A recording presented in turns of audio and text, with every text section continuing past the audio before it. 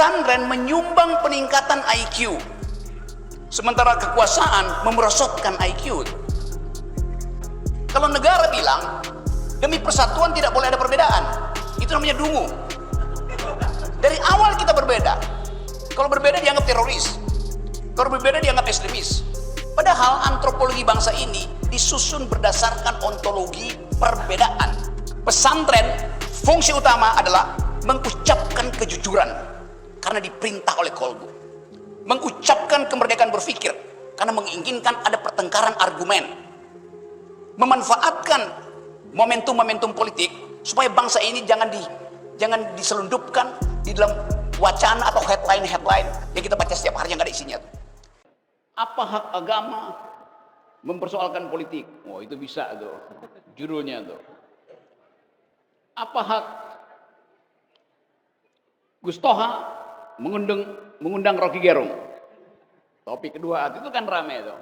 Tapi saya nggak peduli dengan itu karena tadi saya berdiri sebentar di bangunan yang sedang dibangun itu. Saya mendoakan supaya bangunan itu bukan sekedar isinya ruangan-ruangan, tapi isinya adalah gagasan. Indonesia kebanyakan ruangan, gagasannya nggak ada. Itu masalah kita tuh. Dan pesantren adalah gagasan untuk menghidupkan akal pikiran, untuk memprovokasi pikiran radikal. Pikiran bukan tindakan radikal. Jadi tadi saya bertanya, itu apa nama bangunan itu? Itu akan jadi, Pak Sekretaris menerangkan, itu akan jadi tempat kajian sains di dalam Islam. Itu tema yang kuat sekali, bukan sains dan Islam seolah-olah itu dua hal yang mesti dianalisis secara terpisah. Sains di dalam Islam, artinya ada asumsi di situ bahwa ayat-ayat Quran di dalamnya bukan sekedar mengandung janji surgawi, tapi ada hal yang natural yang mesti dipelajari. Yang kita tahu di dalam percakapan sehari-hari, ada tanda-tanda alam yang hanya dipahami oleh orang yang berpikir. Jadi kira-kira itu nanti, mungkin kapan itu kira-kira selesai, saya akan datang ke situ untuk memberikan seminar tentang fungsi ilmu pengetahuan di dalam mengupayakan kemajuan manusia. Tentu.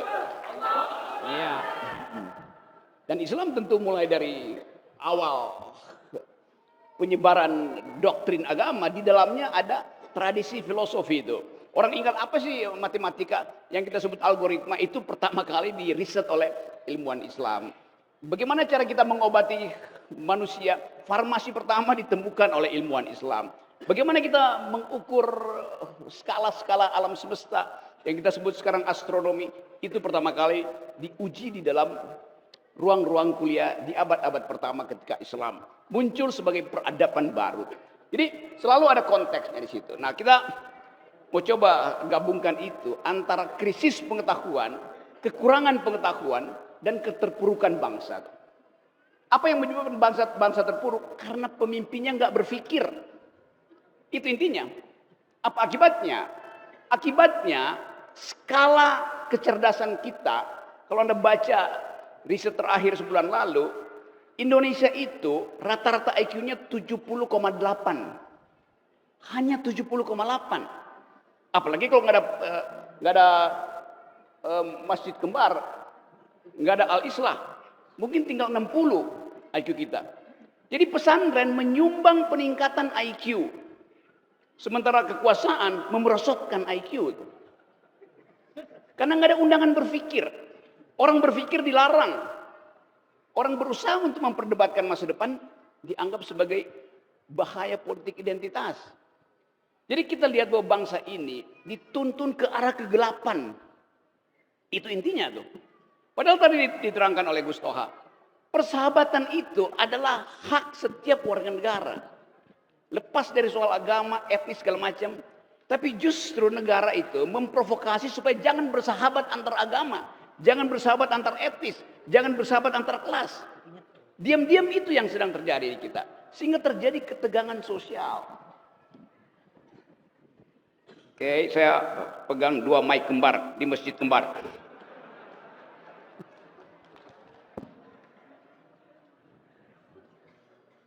Bagian yang ingin paling enggak di dalam mungkin 1 jam ini, kita ada semangat baru untuk tadi mengembangkan pikiran tentang kebersamaan berbasis perbedaan. Saya ulangi lagi tesisnya. Kita ingin kembangkan persahabatan, persatuan yang basisnya perbedaan.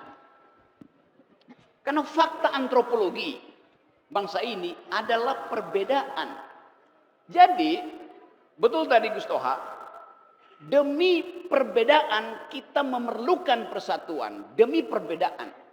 Kalau negara bilang, demi persatuan tidak boleh ada perbedaan, itu namanya dungu. Dari awal kita berbeda. Kalau berbeda dianggap teroris. Kalau berbeda dianggap ekstremis. Padahal antropologi bangsa ini disusun berdasarkan ontologi perbedaan.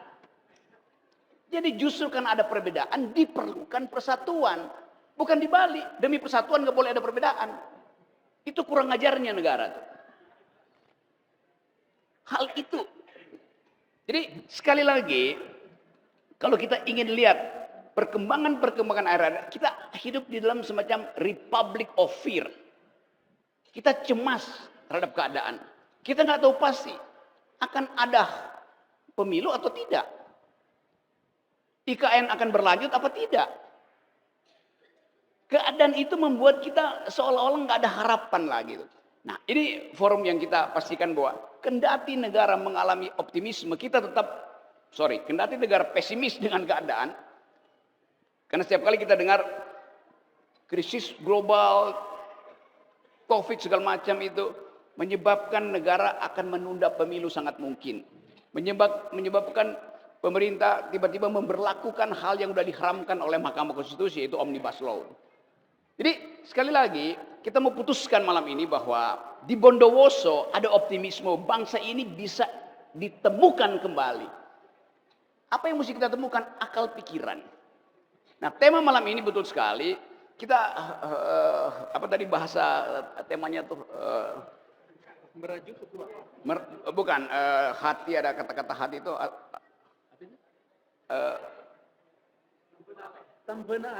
temben ate. Merawat hati, betul ya.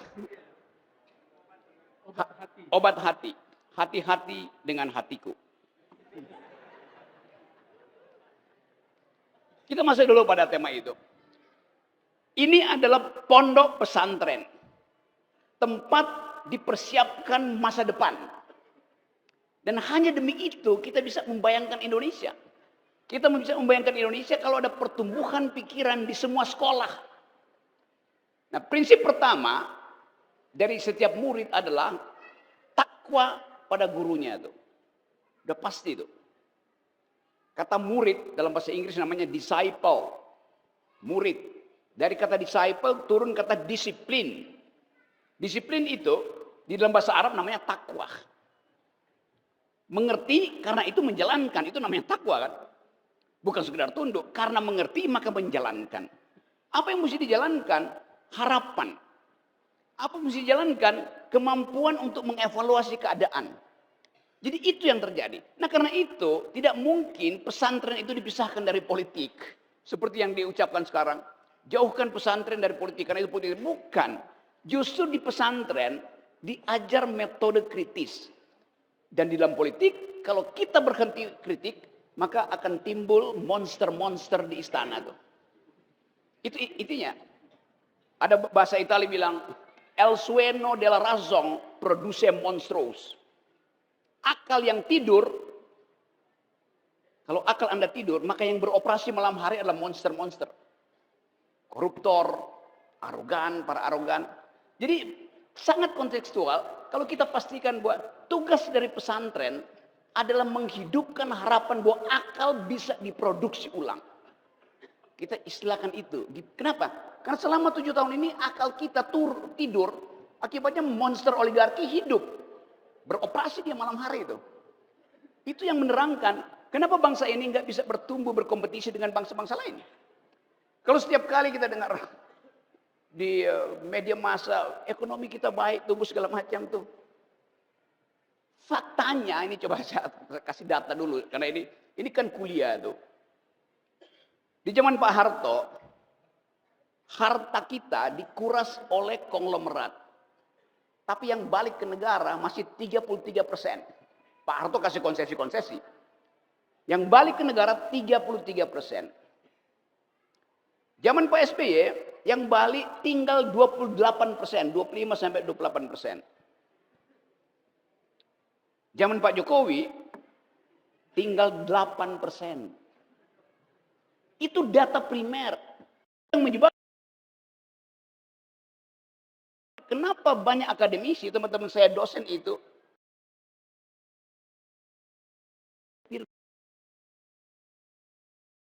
ojek. Padahal tukang ojek sendiri sebetulnya berhak untuk memperoleh penghasilan, jangan bersaing dengan dosen. Akibat struktur ekonomi, dosen yang harusnya kelas di atas, ambil pekerjaan kelas di bawah. Jadi terjadi lagi konfrontasi hak. Itu disebabkan karena desain ekonomi, desain kebijakannya bobrok. Nah itu yang diperlukan supaya kita paham bahwa arah bangsa ini betul-betul ada di dalam semacam kecemasan. Tetapi kecemasan itu kita butuhkan supaya kita bisa bikin evaluasi diri. Di dalam Al-Baqarah ayat 155 dikatakan, saya mulai ngutip. Kami akan memberikan ujian, akan memberikan tantangan, yaitu sedikit ketakutan, sedikit kecemasan, sedikit kemiskinan, supaya kita bisa berpikir bahwa kita diberi sepenuhnya oleh alam semesta kemampuan untuk mengatasi kecemasan itu, mengatasi ketakutan. Tadi saya baca jurnal mana tadi? Ya, jurnal namanya Al-Isra juga tuh. Yang jurnal terakhir tuh ada keterangan dari dokter siapa yang berkunjung ke sini nih. Dan kelihatannya jurnal itu memperlihatkan seluruh aspek yang dibicarakan oleh negara tuh. Soal riset, soal organisasi, soal kurikulum ada di situ. Walaupun dia tipis, tapi saya baca dalam 10 menit saya dapat seluruh informasi tentang pesantren ini. Bayangkan misalnya kalau setiap minggu istana keluarin semacam jurnal kecil itu untuk menerangkan kemajuan peradaban politik kita, kemajuan pendidikan kita. Tapi istana nggak punya data itu karena semua data buruk. Itu masalahnya ada di situ. Nah, saya menganggap sekali lagi bahwa di dalam persahabatan keberagaman itu ada hal yang bisa kita share sama-sama, yaitu keprihatinan terhadap keadaan dan harapan untuk memperbaikinya. Quran adalah petunjuk. Petunjuk untuk apa? Semua ayat kitab suci adalah petunjuk yang harus dibaca dengan otak. Itu intinya, karena kita makhluk yang berpikir. Tentu petunjuk untuk paling enggak mengurangi kebatilan. Menghilangkan kemungkaran. Paling enggak itu lebih dahulu deh. Kalau belum bisa memproduksi kebahagiaan. Kemakrufan. Bagian ini bukan ditugaskan oleh kitab suci pertama-tama pada rakyat. Tapi pada negara. Penguasa harusnya paham ayat itu. Amar ma'ruf nahi mungkar itu pertama ayat untuk penguasa. Kenapa? Karena mereka yang potensi untuk menghasilkan ketidakadilan. Mereka yang potensi untuk merampas kebahagiaan. Itu ayat untuk para penguasa. Yang anehnya penguasa ceramain itu ke kita. Terbalik-balik coba. Rakyat tidak punya potensi untuk berbuat ketidakadilan. Hanya negara yang berpotensi membuat ketidakadilan. Dan ketidakadilan itu yang saya terangkan tadi bahwa indeks kecerdasan bangsa ini drop. Di Asia Indonesia itu nomor 30 dari 32 negara. Paling atas, paling bawah kecerdasannya. Padahal konstitusi kita menugaskan presiden untuk menghasilkan dua hal. Cerdaskan kehidupan bangsa, pelihara fakir miskin. Dua-duanya nggak dilakukan oleh negara. Jadi itulah hak dari kita di sini untuk mempersoalkan ketidakadilan itu. Nah, Gus Toha tadi betul menerangkan bahwa sebaiknya ada upaya untuk mengkritisi dari kalangan akademisi itu. Tapi sering dianggap akademisi itu adalah mereka yang membantu presiden. Kalau Anda tidak ada di lingkaran presiden, Anda dianggap sebagai oposisi walaupun status Anda akademisi. Kan bajingan cara berpikir begitu kan? Kurang ajar. Apalagi kalau akademisnya muslim, dianggap ini untuk mempromosikan negara Islam. Udah ada semacam sinopsis di kepala bahwa kegiatan di pesantren itu adalah untuk menghalangi pemerintah. Itu buruknya tuh. Padahal di tempat ini calon presiden datang. Betul. Calon. Yang mungkin batal tuh. Jadi teman-teman, ini malam yang buat saya berbahagia karena diingatkan kembali fungsi dari persahabatan, fungsi dari keakraban. Dan itu membutuhkan permenungan. Nah, di dalam permenungan itu kita tidak boleh sekedar memakai rasio, reason dalam bahasa Inggris. Ada hal di dalam Islam yang nggak bisa diterjemahkan. Yang disebut, kalau bahasa Inggris mungkin sebut reason itu akal yang bernalar. Passion, batin yang membaca. Tetapi bagaimana menerangkan misalnya istilah kolbu? Apa bahasa Indonesia untuk kolbu? Hati. Tetapi bukan hati yang ada bentuk fisiknya yang bisa sakit hati itu. Tapi hati dalam pengertian mampu memikirkan wisdom. Itu namanya kolbu. Semacam percakapan antara reason dan passion, moderatornya adalah kolbu. Otak kita menghendaki pikiran rasional, matematis. Batin kita, namanya passion, menghendaki hal yang emosional. Kolbu berupaya untuk memahami tegangan antara reason dan passion. Filosofi di dalam teologi muslim bilang begitu tuh. Kan itu susah untuk menerangkan bahwa ya sakit kolbu, nggak ada sakit kolbu. Yang ada sakit otak dan sakit jiwa. Kolbu adalah obat. Tempat ketika kita letih di dalam pikiran, kita berhenti dan minta kolbu itu bicara. Ketika kita emosi, kita berupaya tekan emosi itu dan itu adalah hasil kerja kolbu. Bagian yang suci itu yang hilang dari bangsa ini. Kehilangan kolbu itu lebih bahaya daripada kehilangan akal dan kehilangan batin.